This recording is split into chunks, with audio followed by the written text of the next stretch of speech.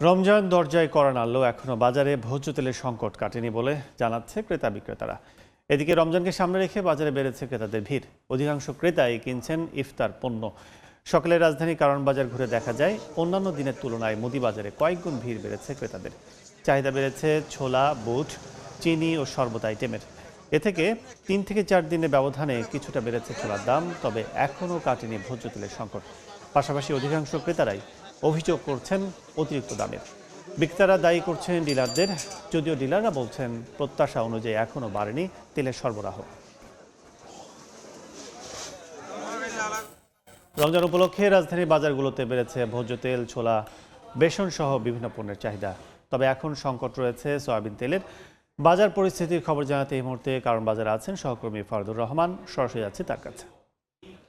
ঠিক যেমনটা শুনছিলেন, রাজধানীর কারওয়ান বাজারের এই মুহূর্তে পরিস্থিতি বলে দিচ্ছে রোজা একদমই দোরগোড়ায়। অর্থাৎ আগামী 2-3 দিনের পরে যে রোজা শুরু হতে যাচ্ছে সেটিকে কেন্দ্র করে সাধারণ মানুষের মাঝে ইফতার সামগ্রী সহ সেহরিতে যেসব প্রয়োজনীয় জিনিসপত্র লাগে তা কিনতে এই মুদি বাজারে কিন্তু এখন প্রচন্ড ভিড় দেখা যাচ্ছে। সাধারণত এই বাজারে এতটা ভিড় থাকে না, তবে রোজাকে সামনে রেখে সবসময় এই ভিড় কিন্তু আমরা দেখতে পাই।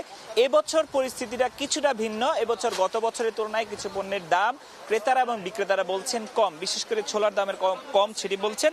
পাশাপাশি তারা চিনির দামের কথাও বলছেন। অ্যাঙ্কর ডাল যেটি, অ্যাঙ্কর গুঁড়া বা ভেষণ যেটি, সেগুলোর কথাও কিছুটা কমের কথাই বলছেন। পাশাপাশি মশলার কথাও কিন্তু বলছেন যে গত বছরের তুলনায় বছর কম। তবে সবচেয়ে বেশি সংকটে ক্রেতা এবং বিক্রেতাদের ফেলেছে ভোজ্য তেল, বিশেষ করে সয়াবিন তেল, যেটি বাজারে একেবারেই পাওয়া যাচ্ছে না।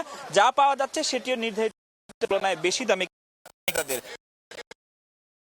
পরিস্থিতি এক সপ্তাহ ধরে বা মাসখানেক ধরে কিন্তু চলছে। তারা বরাবরই অভিযোগ করছেন এসব পণ্যের সংকট আছে, ভোজ্য তেলের, সয়াবিন তেলের, এবং সেটি এখনো রোজাকে সামনে রেখে সরকারের পক্ষ থেকে বলা হলেও যে রোজার সময় সেই সংকটটা থাকবে না সেটি কিন্তু এখনো পরিবর্তন নেই। অন্যান্য আইটেম পাওয়া গেলে এই তেলের কারণে বিক্রেতা তাদের বিক্রি কার্যক্রমে বেশ কষ্ট পোহাচ্ছেন, এরকমটা কিন্তু তারা বলছেন। এবং ক্রেতারা এই সংকট বারবার ঘুরে ফিরে যাকে আমরা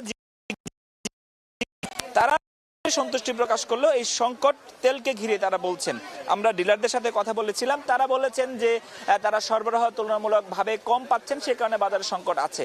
অন্যান্য বিষয়ে ঠিক এইভাবে চললে সন্তুষ্টি প্রকাশ করলো ওই তেলকে ঘিরে বারবার এই আলোচনাগুলো কিন্তু সামনে আসছে। তো রাজধানীর কারওয়ান বাজার থেকে এই ছিল আমার কাছে এখনকার মতো সবশেষ খবর। রমজানকে কেন্দ্র করে বাজার পরিস্থিতির খবর জানতে এতক্ষণ ছিলাম কারণ বাজারে। 4 দশক ধরে আপনার ফাইন্যান্সিয়াল পার্টনার আইডিএলসি।